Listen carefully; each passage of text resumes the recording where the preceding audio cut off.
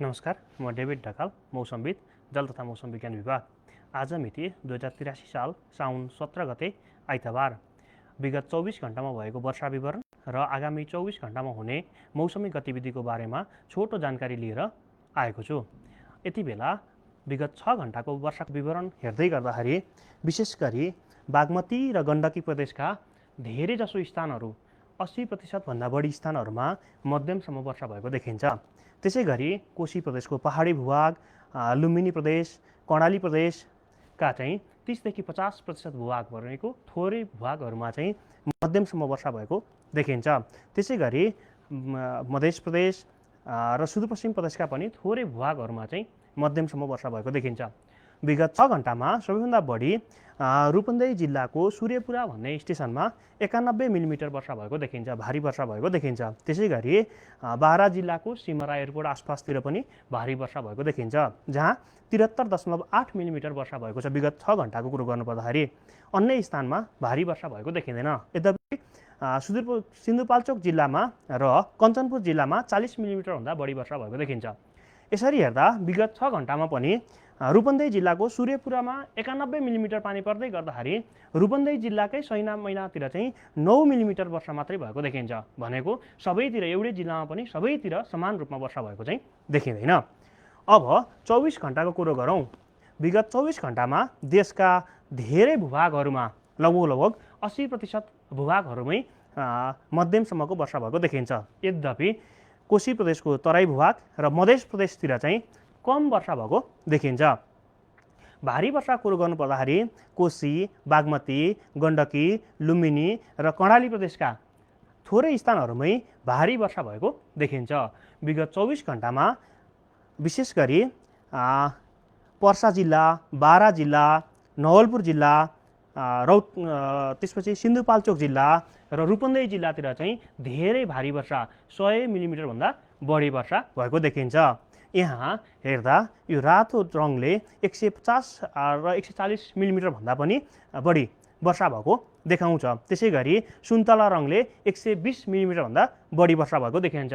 अनि पहेँलो रङले जुन चाहिँ सिन्धुपाल्चोकमा देखिएको छ त्यसले चाहिँ 100 मिलिमिटरभन्दा बढी वर्षा भएको देखिन्छ। त्यसै गरी हरियो रङले 80 मिलिमिटरभन्दा बढी वर्षा भएको देखिन्छ। यो त भयो विगत 24 घण्टामा भएको वर्षा विवरण। अब आज दिउँसो र रातिको मौसम कस्तो हुन्छ भन्ने बारेतिर जाउँ। आज दिउँसोको कुरो गर्नुपर्दाखेरि विशेष गरी देशका हिमाली भूभागका 30 देखि 50% भूभागमा चाहिँ मध्यमसम्मको वर्षाको सम्भावना देखिन्छ। त्यसै गरी पहाडी भूभागको कुरो गर्नुपर्दा पहाडी भूभागका धेरै स्थानहरू भनेको 50 देखि 80% भूभागहरूमा चाहिँ मध्यमसम्मको वर्षाको सम्भावना देखिएको छ। त्यसै गरी देशका तराई भूभागका केही स्थानहरू भनेको 30 देखि 50% भूभागहरूमा चाहिँ मध्यमसम्म वर्षाको सम्भावना देखिएको छ। दिउँसोको हकमा भारी वर्षाको कुरो गर्नुपर्दाखेरि कोशी, बागमती, गण्डकी, लुम्बिनी र कर्णाली प्रदेशका पहाडी भूभागका 1-2 स्थानहरूमा चाहिँ भारी वर्षाको पनि सम्भावना देखिएको छ। त्यसै गरी आज रातिको कुरो गर्नुपर्दाखेरि विशेष गरी कोशी, बागमती र गण्डकी प्रदेशका हिमाली भूभागका केही स्थानहरू भनेको 30 देखि 50% भूभागहरूमा चाहिँ मध्यमसम्मको वर्षाको सम्भावना देखिन्छ। त्यसै गरी लुम्बिनी, कर्णाली र सुदूरपश्चिम प्रदेशको हिमाली भूभागका 10 देखि 30% भनेको थोरै स्थानहरूमा चाहिँ मध्यमसम्मको वर्षाको सम्भावना देखिएको छ। त्यसै गरी कोशी, बागमती, गण्डकी र लुम्बिनी प्रदेशको पहाडी र तराई भूभागका धेरै स्थानहरू 50 देखि 80% भूभागहरूमा चाहिँ वर्षाको सम्भावना देखिएको छ। कर्णाली प्रदेशको पहाडी भूभाग र सुदूरपश्चिम प्रदेशको पहाडी र तराई भूभागका 30 देखि 50% भूभाग भनेको केही स्थानहरूमा चाहिँ मध्यमसम्मको वर्षाको सम्भावना देखिएको छ। दिउँसोको तुलनामा राति चाहिँ वर्षाको गतिविधि बढ्ने जस्तो देखिन्छ। त्यसैले राति विशेष गरी कोशी, बागमती र गण्डकी प्रदेशको हिमाली, पहाडी र तराई भूभाग, मध्य प्रदेश लगायत लुम्बिनी प्रदेशका पहाडी र तराई भूभागका थोरै स्थानमा भारी वर्षाको सम्भावना देखिन्छ। साथै 1-2 स्थानमा चाहिँ धेरै भारी वर्षाको पनि सम्भावना देखिएको छ। अब आजको लागि चेतावनी नक्सा हेरौँ। आजको लागि विशेष गरी यो सुन्तला रङ लगाएका क्षेत्रहरूमा अलिकति बढी वर्षा गतिविधि हुने जस्तो देखिन्छ भने पहेँलो रङ लगाएको क्षेत्रहरूमा अलि कम वर्षाको गतिविधि हुने जस्तो देखिन्छ भने हरियो रङ लगाएका क्षेत्रहरूमा त्योभन्दा पनि कम वर्षा हुने जस्तो देखिन्छ। यो जुन सुन्तला रङ लगाइएको छ त्यसले सतर्क हुने अवस्थालाई जनाउँछ भने पहेँलो रङ लगाएका क्षेत्रहरूमा चाहिँ मौसम सम्बन्धी थप जानकारीको अद्यावधिक रहन चाहिँ सङ्केत गर्छ। त्यसै गरी हरियो रङले चाहिँ मौसम सम्बन्धी त्यस्तो खासै चेतावनी छैन भन्ने कुरालाई बुझाउने गर्छ। त्यसै गरी भोलिको लागि पनि देशका विभिन्न स्थानहरूमा चाहिँ सुन्तला रङ लगाइएको छ।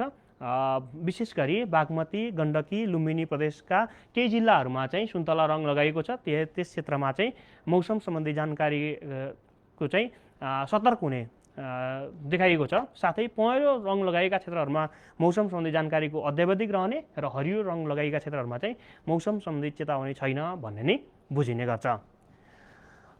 त्यसै गरी यो अहिलेको अवस्थामा चाहिँ मनसुनको न्यूनचापीय रेखा सरदरभन्दा केही उत्तरतर्फ नेपालको तराई भूभाग नजिक रहेको देखिन्छ, जसले गर्दाखेरि चाहिँ आज र भोलिलाई चाहिँ वर्षाको गतिविधिहरू बढ्ने जस्तो देखिन्छ।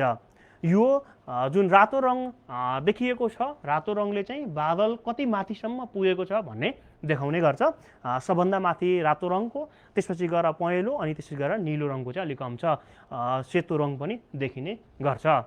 यो त भयो विगत 24 घण्टाको वर्षाको विवरण र आगामी 24 घण्टाको लागि मौसमको जानकारी। मौसम सम्बन्धी आधिकारिक जानकारीको लागि जल तथा मौसम विज्ञान विभागको वेबसाइट र सामाजिक सञ्जालहरू हेर्दै गर्नुहोला। धन्यवाद।